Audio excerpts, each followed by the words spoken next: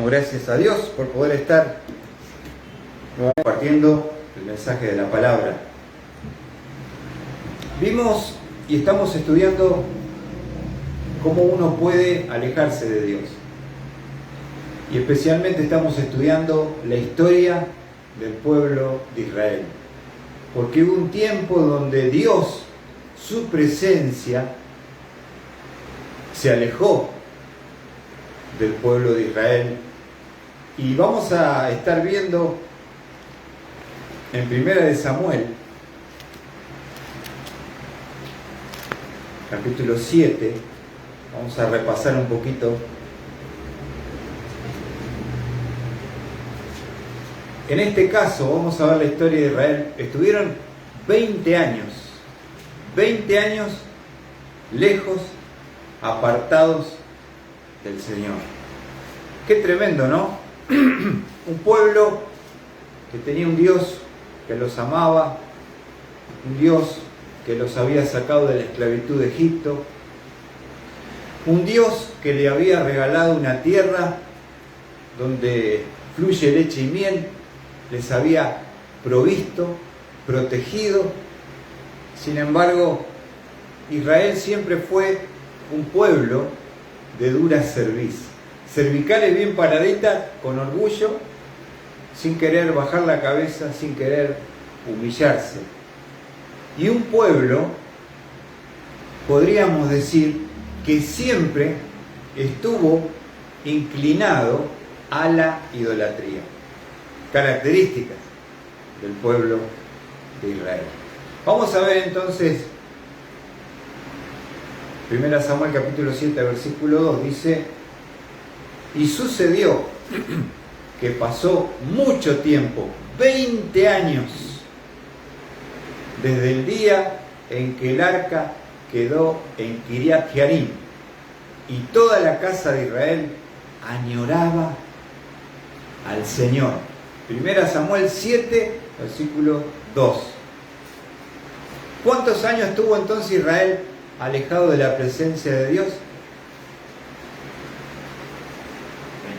20 años. Ahora, lo más importante es lo que dice el versículo 2 al final.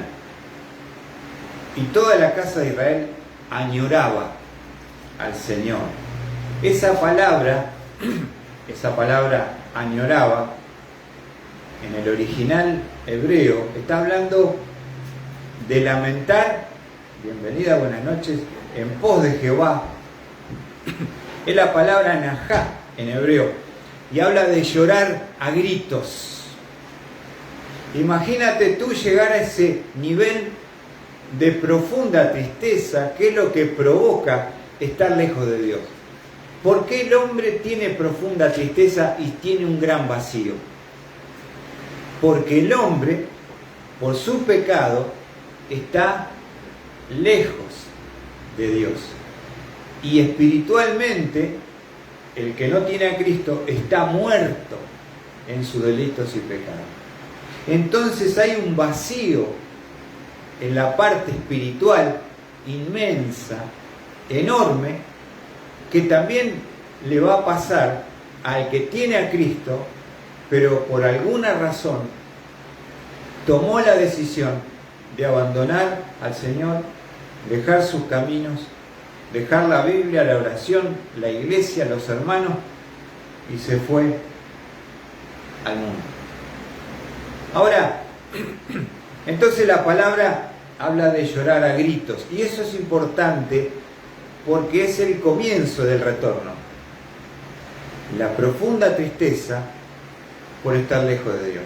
Es una emoción la tristeza, es una angustia interior, que uno no hay forma de poder sentir ese gozo que sentía cuando uno estaba con el Señor. Y hemos visto el ejemplo de un hombre santo como David, que en un momento pecó contra Dios. Ahora, no solo pecó, sino no quiso voluntariamente venir a confesar su pecado de adulterio, de homicidio, y estuvo más de un año lejos de Dios. Entonces, podemos ver cómo él se sentía, y lo dice en el Salmo 51:12, vamos a repasar allí. Hay 3 salmos que David va a escribir después de esa experiencia apartado de Dios. Salmo 51, versículo 12, ¿cómo se sentía David? Dice: restitúyeme el gozo de tu salvación y sosténme con un espíritu de poder. Perdió el gozo, el gozo, y perdió la fuerza espiritual que tenía. Ese hombre que había vencido al gigante Goliat de los filisteos, el paladín, el héroe invicto que tenía, siendo un adolescente, mató al gigante. Dios lo escogió de entre el redil de las ovejas y lo ungió como rey de Israel, un rey que tenía el corazón conforme al corazón de Dios. Pero a pesar de tener ese corazón, no implicó que sus acciones sean perfectas, porque de hecho pecó con Betsabé, mandó a matar a Urías Eteo. Ahora, qué tristeza, ¿no? Porque eso es algo que potencialmente está en cada cristiano. Si nosotros le dejamos a la carne dominarnos, nos vamos a convertir bajo el dominio del pecado en otras personas. Y no hay pecado, y escuchen bien esto, no hay pecado que un cristiano no pueda llegar a cometer lejos de Dios. Porque algunos se creen que están vacunados porque son salvos. Dice, total, soy salvo. Hay cosas que nunca voy a hacer. Cualquiera de los pecados de un incrédulo la puede cometer un creyente lejos de Dios. Inclusive el suicidio. Inclusive el suicidio. Porque esto en la época cuando yo estudiaba en el Instituto Bíblico, hace 40 años, se ponía como en duda, ¿viste? Era como una vacuna que... Y no, nos enseñaron que si uno está lejos de Dios, apartado de Dios, puede llegar a tomar una decisión trágica y terminal. Y tenía un profesor yo, que había estado en la casa de un anciano, que había tomado la decisión de quitarse la vida, y por haber hablado con este hombre, el profesor que teníamos, desistió. Pero él tenía los medios y la decisión para quitarse la vida. Ahora, por eso quiero decir, no es para que uno diga, esto se puede, esto no se, todo se puede. Dale lugar al pecado y el pecado te convertirá en la peor persona de la humanidad. Cualquier pecado podemos caer. Entonces, para que nosotros estemos siempre alerta. Siempre alerta. Miren un ejemplo que me viene a la mente en Génesis 4, cuando se presentan los hermanos ante la presencia de Dios. Caín y Abel tienen que venir a presentar su ofrenda. Caín trae de los frutos de la tierra. Sandro tenía quinta el tipo. Ahora, no era que el zapallo que llevó era feo, o la frutilla. El tema que no era lo establecido, ¿se entiende? Él quería traer lo que él le parecía, una religión, inventó Caín. Y obviamente Dios la rechazó. Ahora fíjense, Génesis capítulo 4, versículo 5. Pero a Caín y su ofrenda no miró con agrado, y Caín se enojó mucho, y su semblante se demudó. Cambió la cara, era otra persona se recontra enojó en la ira, el dominio, y se le arrimó el que te dije al lado. El diablo estaba ahí. Ahora fíjense el diálogo con Dios. Dice, entonces el Señor dijo a Caín, ¿por qué estás enojado? ¿Y por qué se ha demudado tu semblante? Si haces bien, no serás aceptado. O sea, hacer bien es hacer lo que yo establecí. No traigas cualquier verdura.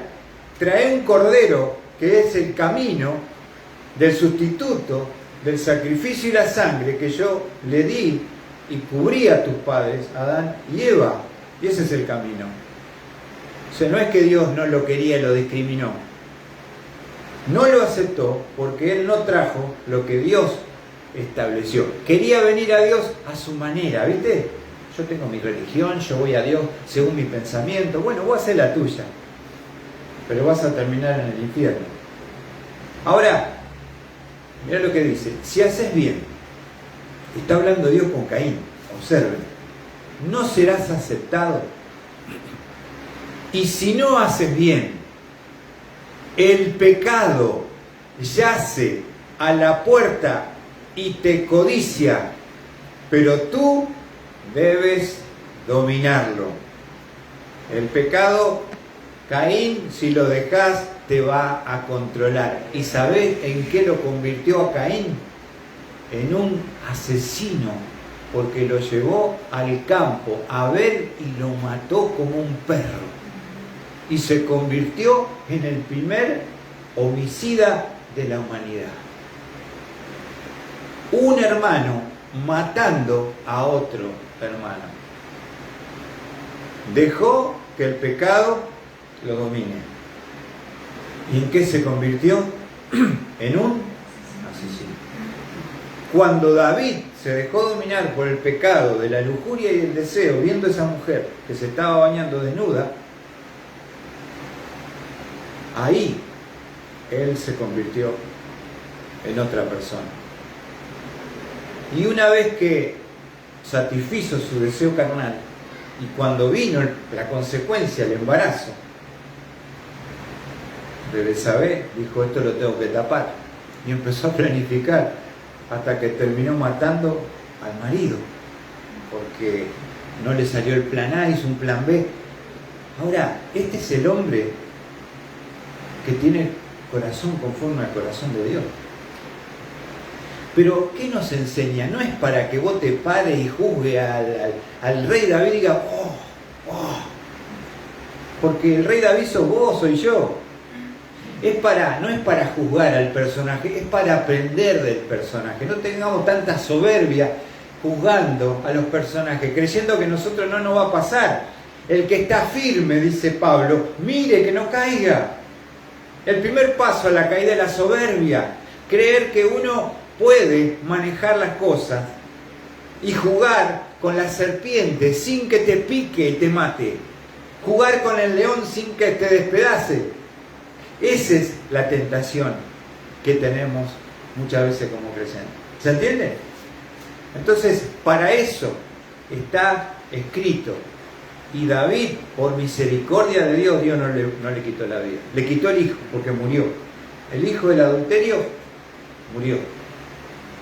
Después se casó con Betsabé y tuvo otro hijo, el hijo de la misericordia, porque de ahí sale Salomón, que va a ser el heredero del trono. Pero tenemos que aprender, no juzgar, aprendamos.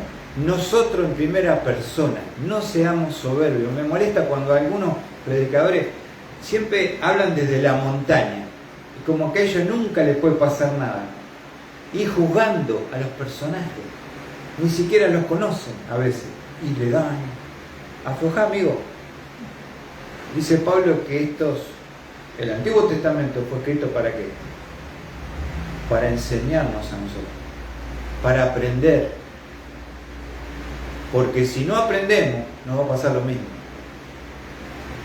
David perdió el gozo, perdió la fuerza espiritual, perdió, fíjense en el Salmo 32. Porque esto es otra cosa que también tenemos que aprender. que es mejor no estar apartado, porque no sabemos si vamos a poder retornar algún día. No es me aparto, voy, peco, me aparto y vuelvo. Porque no depende de vos, depende de Dios. Salmo 32, versículos 3 y 4 dice: mientras callé mi pecado, porque David estuvo más de un año sin confesar su pecado de adulterio y homicidio. Hay que vivir con eso, ¿no? Y él lo dice y lo relata y nos cuenta su experiencia. Dice: mientras callé mi pecado, mi cuerpo, mirá las consecuencias físicas, se consumió con mi gemir durante todo el día, porque día y noche tu mano pesaba sobre mí, mi vitalidad se desvanecía con el calor del verano. ¿Cómo te sentís con estos calores? No tenés ganas ni de levantarte, te consume y te saca la fuerza de calor, ¿viste? Y eso es lo que dice David: así me sentí mientras oculté mi pecado y no lo quise confesar, hasta que Dios mandó al profeta Natán, que lo va a confrontar con una parábola, y ahí él va a restaurar, después de más de un año, su relación con Dios. Entonces, qué bueno es aprender. Salmo 38:8, volvemos a repasar.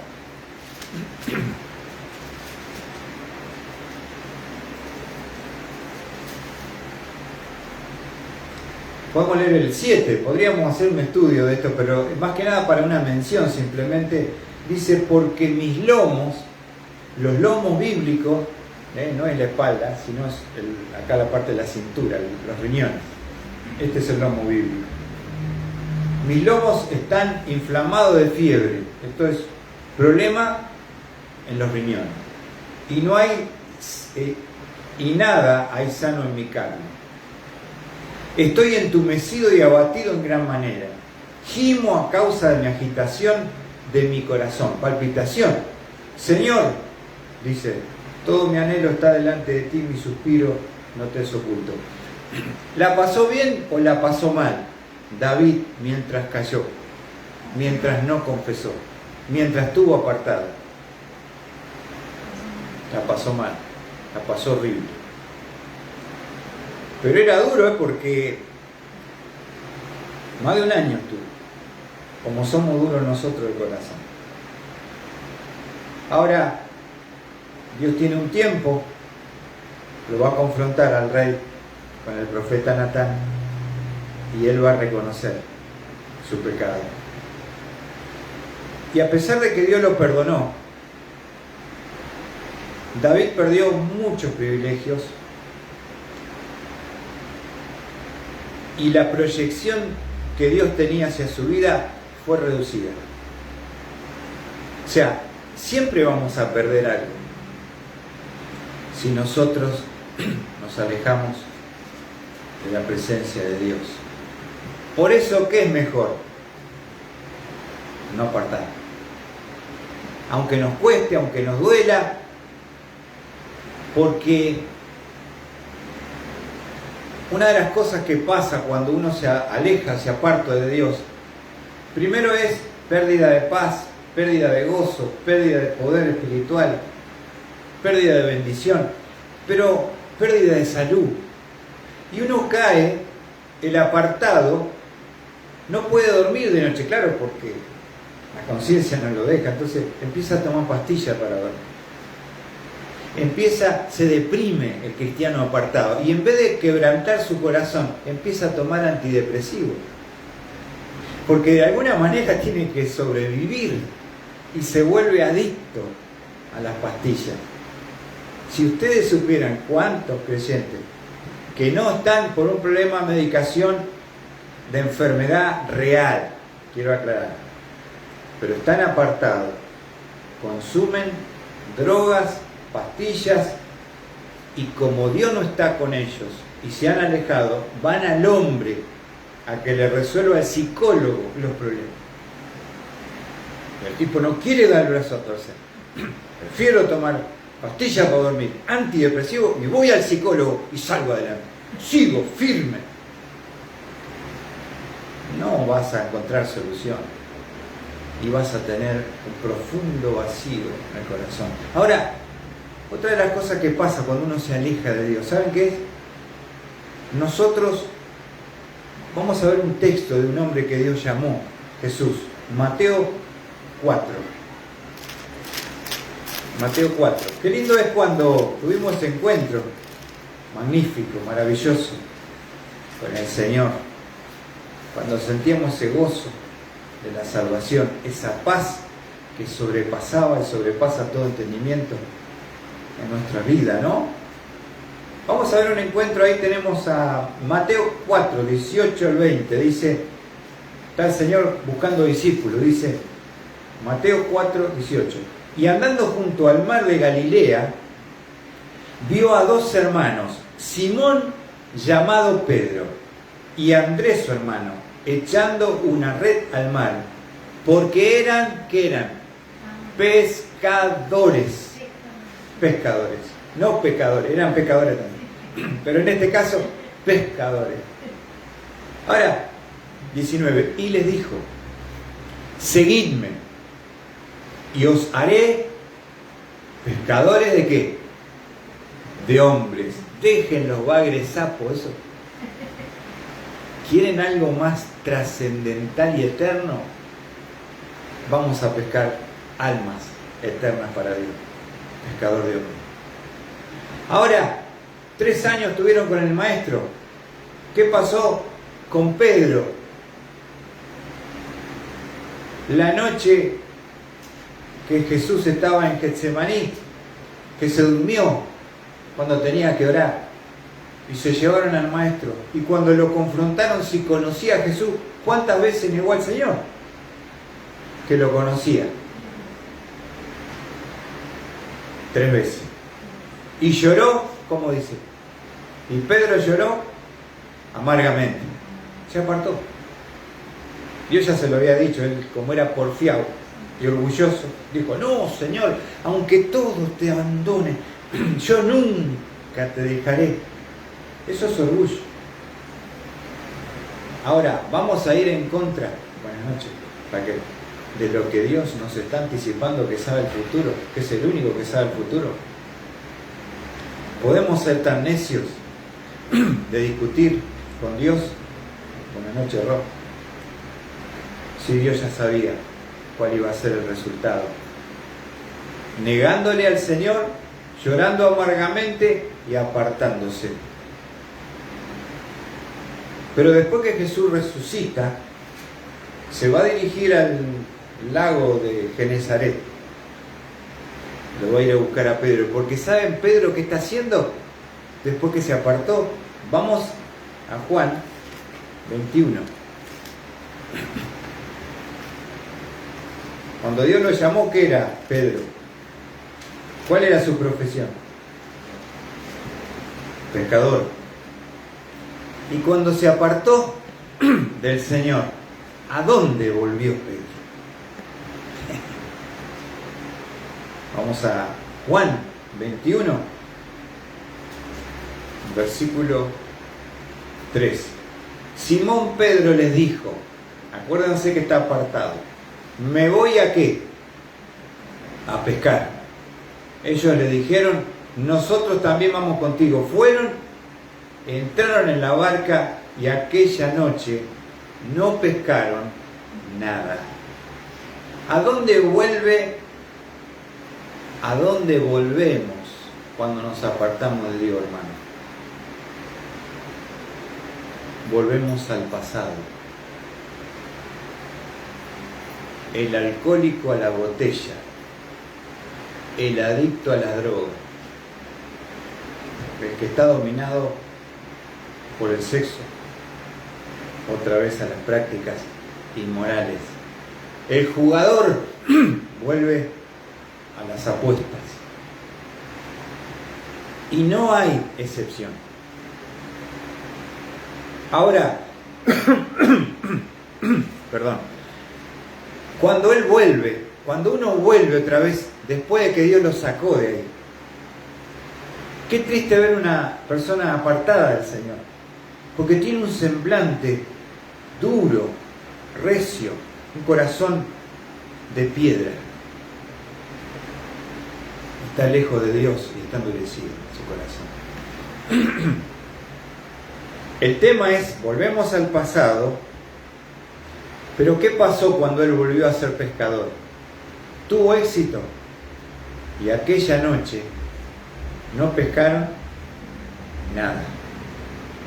Cuando uno vuelve al mundo, vuelve a los vicios, vuelve a los hábitos, vuelve a las relaciones tóxicas que uno tenía antes de conocer al Señor, ya no hay nada. Ya no hay nada que el mundo te pueda ofrecer para llenar ese vacío, porque abandonaste a la fuente de vida, porque volviste a ser el viejo pescador, pero cero resultado. Pedro volvió, dijo: no me voy a olvidar de pescar, yo toda la vida me dediqué a esto. Y no sacaba nada, ¿viste? Ni un bagre sapo sacaba, ni una viuda, esa es el agua, eso no sirve ni para comer, ¿viste? Qué frustración sentiría, ¿no? Y aparece el Señor desde la costa: hijitos, ¿tenéis algo para comer? No, dice Juan, dice el Señor. El Señor lo estaba esperando en la costa con los pescados asados ahí a la brasa, porque lo quería volver a traer y reconciliarse con Cristo y perdonarle su infidelidad. Y fue un momento de retornar al Señor. Qué bárbaro, ¿no? Porque los personajes bíblicos no son súper, todos fieles, impecables. Dios te los relata y te los describe tal cual son, con virtudes y miserias como la tenemos nosotros. ¿Para qué? Para que aprendamos de que en el mundo nosotros no vamos a encontrar nada. Te vas a rodear de gente incrédula, impía, que no te deja nada, que te tira para el barro donde ellos viven, donde ellos están cómodos. Y vos decís: ¿qué hago acá? ¿Qué hago acá? Es una sensación horrible. Es una sensación horrible de volver perdón, de volver al pasado, de volver al pecado, pero no encontrar nada allí. Justamente viejas amistades que vos viste ya no tenías nada en común, que vos decías: esta gente no me deja nada, me alejo de ellos. Yo me acuerdo cuando empecé a ir a la iglesia allá en Zárate, tenía mis amigos del barrio, pero cuando me empecé a enganchar en la iglesia, empecé a congregar, empecé a aprender, cada vez tenía menos cosas en común con ellos. No me entusiasmaba lo que me ofrecían, y despacito me fui alejando de ellos. Lo que traté de hacer cuando estaba bien es de traerlos a la iglesia para que conozcan a Cristo. Y había un hombre, un joven, que era parte del equipo misionero de Pablo. Escuchá, parte del equipo misionero de Pablo. ¿Te gustaría ser un discípulo, parte del equipo misionero de Pablo? Un Timoteo. Y este joven, que sirvió a Cristo con fidelidad y fue parte del equipo misionero de Pablo, en un momento de su vida, en este caso, para probar el mundo, le dio la espalda al Señor y se fue amando el sistema mundano. Eso está en 2 Timoteo, vamos a ver allí. 2 Timoteo. Ahora, otra cosa que no nos vacuna contra el pecado es ser creyente, y tampoco ni la posición, ni que hayamos alcanzado, si hemos sido del equipo misionero, del pastorado, del diaconado. El cargo no te vacuna. 2 Timoteo capítulo 4, versículo 10, está hablando de un hombre, un joven llamado Demas. Mirá cómo termina su última carta Pablo hablando de él con dolor, ¿no? Dice, pues Demas me ha abandonado. Ahora, ¿por qué? Habiendo amado este mundo presente. Y fíjate dónde se fue. Se ha ido a Tesalónica, que era el puerto donde Pablo había fundado la iglesia, en la sinagoga de los judíos. Tesalónica era un puerto donde había mucha plata, prosperidad y perversidad, porque todo va junto, ¿viste? Donde hay plata, hay juego, hay prostitución, hay droga, todo es un equipo y un combo. Entonces dijo Demas, me voy a Tesalónica a probar qué me puede ofrecer el sistema mundano.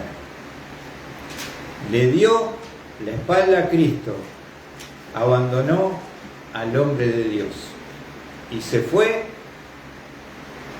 al sistema del mundo. Cuando uno se aparta, vuelve a los viejos vicios, a los viejos hábitos, a los viejos lugares, a las viejas prácticas. Es un paso para atrás.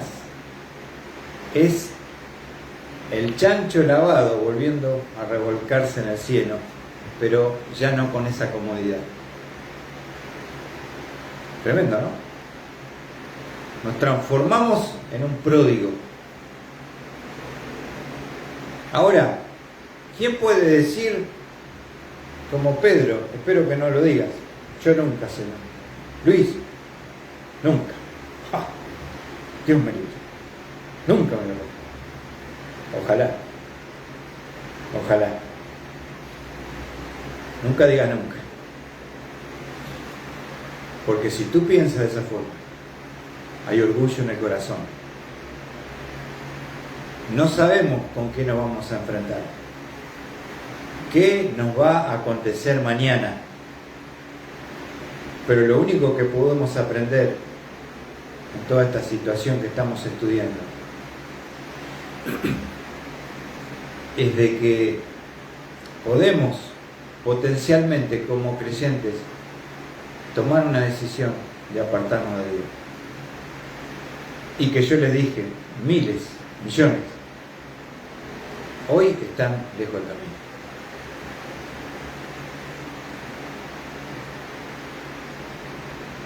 Son pocos los fieles, un remanente. Son pocos los que quieren compromiso. Son pocos los que quieren cambiar de verdad y de corazón.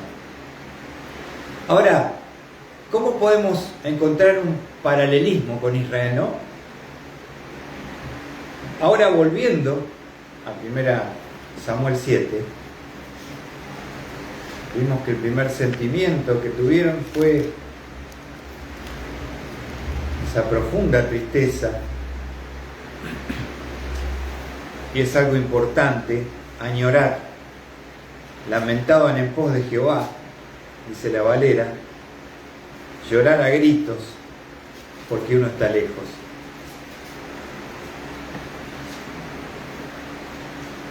Qué lindo cuando un cristiano apartado se desborona, se quiebra y dice, Señor, no puedo más. Me arrodillo, me caen las lágrimas, no doy más, Señor. Llora profundamente, profusamente. quebrantado. Hay un coro que dice, no hay lugar más alto que estar a tus pies. Qué lindo es cuando uno, pero somos luchadores, somos orgullosos, ¿o no? No nos queremos entregar, no queremos seguir de lejito nomás. Yo mientras pastor, hasta ahí voy, lo banco. No empieza a apretar, no empieza a pedir, porque me voy a otro culto que predican prosperidad y plata. Acá te dice que vas a sufrir, que vas a luchar, no me gusta ese mensaje. ¿No? ¿Qué te parece, Fabián? Yo cambiaría el mensaje, alquilamos un salón ahí enfrente de la plaza.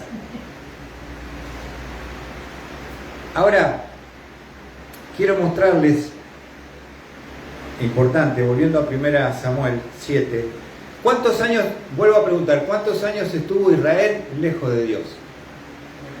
20 años. ¿Es mucho o poco? Es un montón. Pero ¿cuál es la señal positiva?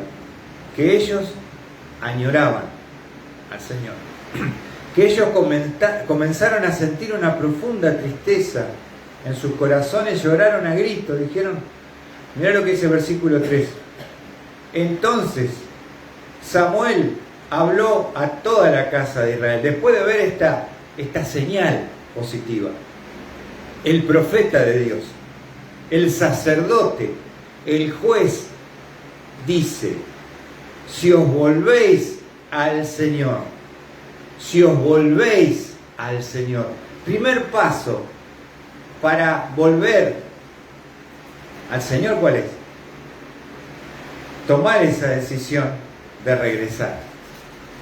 Es decir, viste, es como un auto que vos vas haciendo kilómetros y estás perdido, viste que el orgullo dice, no, ya vamos a mejorar el GPS, pero pará, estamos perdidos, pará, poné marcha atrás, amigo, viste, hice 500 kilómetros, me fui, no sé, ¿por qué no preguntaste, orgulloso? Poné marcha atrás, para eso está la marcha atrás, para ir, a veces hay que retroceder, para corregir. Primero, ¿qué le dice? Vamos a ver entonces los pasos para volver al Señor. ¿Qué le dice el sacerdote Samuel? Primero, si os volvéis al Señor, primero, cambien de dirección. Ustedes le dieron la espalda al Señor. Ahora tienen que hacer un giro de 180 grados. Y ahora que le dieron la espalda, vayan nuevamente hacia el Señor. Giren completamente. Primer paso, vuelvan al Señor al cual ustedes le han dado la espalda. ¿Saben? Israel podemos aprender mucho. Hay un tiempo donde Dios no le habló a su pueblo. El último profeta entre el Antiguo y el Nuevo Testamento es Malaquías. ¿Saben cuántos años pasaron desde que Dios mandara otro profeta para volver a hablarle a su pueblo Israel que estaba endurecido en su corazón? 400 años de silencio hubo de parte de Dios. Cuando Dios no habla, es porque a nadie le interesa escuchar. Es interesante, ¿no? Uno dice, Señor, hablame, Señor, toca mi corazón. Señor, te habla y vos te haces el burro. Pero cuando te habla el Señor, te pide un cambio, te pide esto. Muy lindo, pastor, te digo. Cuando Dios habla, tenemos que darle una respuesta. Dios levanta a un profeta llamado Juan el Bautista. Vamos a ver allí. Lucas 3. Después de 400 años de silencio, Dios les va a volver a hablar a su pueblo Israel a través de Juan el Bautista. Lucas 3, ¿lo tienen? versículo 3. Miren cuál era el mensaje de Juan. Y él fue por toda la región contigua al Jordán, predicando un bautismo de arrepentimiento para el perdón de pecados. ¿Qué está predicando Juan? Vuelvan a Dios, pueblo de Dios, vuelvan a Dios. Están lejos. Y como señal de verdadero arrepentimiento, bautícense, identificándose a aquellos que dicen: Señor, le he dado la espalda, he pecado contra Dios, quiero retornar mi corazón a Dios. Si tú te identificas con el mensaje de arrepentimiento de Juan, te bautizas en este bautismo, Juan el Bautista, con el mensaje de volver a Dios, volver arrepentido a Dios. Lo dice allí, fíjense, volviendo al texto: y fue por toda la región contigua al Jordán, predicando un bautismo de arrepentimiento para perdón de los pecados. Pero ¿cuál era el peor de los pecados que debía arrepentirse Israel? De haberle dado la espalda a Dios. Me arrepiento, Juan, me bautizo y vuelvo al Señor. ¿Se entiende? Eso era lo que predicaba Juan. Y te daba para que tengas. Porque un corazón duro necesita un mensaje duro. Un mensaje de fuego e infierno. Un mensaje de árbol que tiene el hacha en la raíz. Y si no hay una respuesta, viene la pronta condenación. Estamos hablando del pueblo de Dios, no estamos hablando de los gentiles, estamos hablando de Israel. 400 años de silencio. Y vos decís: qué duro Israel. ¿Y vos cómo andás? ¿Y yo cómo ando? ¿Viste? Porque es fácil ver al otro. No respondió. Y yo soy de titanio en corazón. Entonces, aprender que el primer paso para el retorno es justamente arrepentimiento. Esa palabra en el Nuevo Testamento está hablando de tres cosas. ¿Qué es arrepentimiento? Primero, un cambio de mente. Pienso como Dios y reconozco que estoy lejos de Dios. El segundo punto del arrepentimiento bíblico es: siento un profundo pesar por estar lejos de Dios. Y en tercer lugar, está hablando de frenar con aquello que me está alejando de Dios, parar con la práctica. Pensar como Dios, pesar por el hecho, parar con la práctica. Arrepentimiento genuino. Si uno no pasa por el arrepentimiento que es Juan el Bautista, nunca va a llegar a Jesús, que es el Salvador. Por eso viene primero. Fíjense que estaba profetizado en Isaías 40 que antes de que venga el Mesías, Dios iba a mandar un profeta poderoso, vestido de piel de camello. Isaías 40, versículo 3. ¿Tenemos ahí? 700 años antes, Isaías nos da esta profecía sobre este hombre que escuchamos recién. Dice, Isaías 43, una voz clama: preparad en el desierto camino al Señor. Preparad en el desierto el lugar del encuentro. No es en Jerusalén, no es en el sistema de los fariseos, de la religión, que están corrompidos por el poder y el pecado, y los líderes no son la guía que el pueblo necesita. Dios levanta a un hombre afuera de la religión, no tiene ropas espléndidas, tiene una piel de camello, come langosta, pero predica un mensaje duro y dice: preparad en el desierto, ¿camino a quién?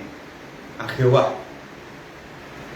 ¿Jehová quién es? Jesús, que va a venir después. Allanad en la soledad calzada para nuestro Dios. Todo valle será elevado, y bajado todo monte y collado. Vuélvase llano el terreno escabroso, y lo abrupto ancho valle. Bajarle la cabeza a todo el copete, el orgullo, bajen, prepárense, arrepiéntanse y prepárense para recibir al Mesías que ya viene y que vendría a bautizarse en el Jordán. Que Juan no lo quería bautizar porque obviamente no era pecador, no tenía nada que arrepentirse, pero él dijo: Jesús, para cumplir con toda justicia del Padre, bautizamos. Yo no soy digno de desatar la correa de su calzado. Él es el Mesías. Pero primero, para llegar a Jesús, hay que pasar por Juan el Bautista. Tenemos que arrepentirnos. ¿Qué es arrepentimiento?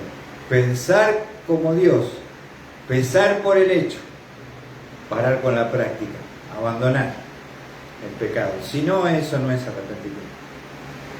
Y este es el paso primero que va a dar y que le va a decir Samuel al pueblo, que está apesadumbrado, que ha llorado a gritos. Dice: tenemos un pesar por volver a Dios. ¿Quieren volver a Dios? ¿De verdad? Primero, vuélvanse a Él, porque ustedes le han dado la espalda a Dios. Primer paso. Que Dios pueda bendecir este primer paso y seguiremos, si Dios no viene antes, compartiendo la palabra del Señor. Así que Dios bendiga su bendita palabra. Nada más.